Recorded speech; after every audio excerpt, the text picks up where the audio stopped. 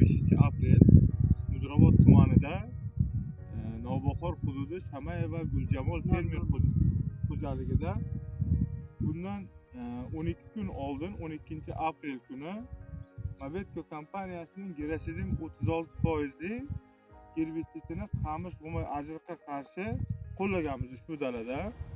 Yaqinroq kelsangiz, mana shu qamish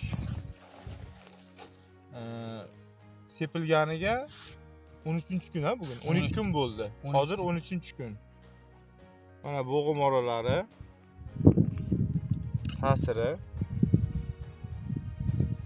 Xudoyberdi aka, o'zingizni fikringiz mana shu herbitsiddan. Herbitsidda endi aka sepsa bo'lar ekan mana. Sepdi.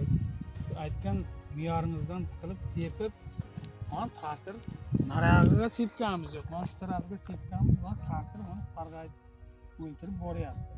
Mana bu tomonga ishlatilmagan. Bu yoqqa ishlatganimiz yo'q hali. Ikkalasi bir xilda edi. Bir xilda edi ikkalasi. Ikkalasi bir xilda edi. Bu yoqqa ishlatganimiz yo'q. Shu yerga qani anavi uchun sepdi. Lekin ta'siri juda yaxshi. Mana o'lyapti, mana endi mana sarg'aytib tashlayman. Lekin u tarafga hali sepganmiz yo'q, endi sepamiz deyapti. Rasedim shu 36%dan sepganmiz. Rahmat. Kimga qamish, g'umoy, ajriq degan o'tlar paxta ichida muammo bo'ladigan bo'lsa, murojaat qilishlaringiz mumkin. Murojaat uchun telefon 55 kodi bilan 526 00.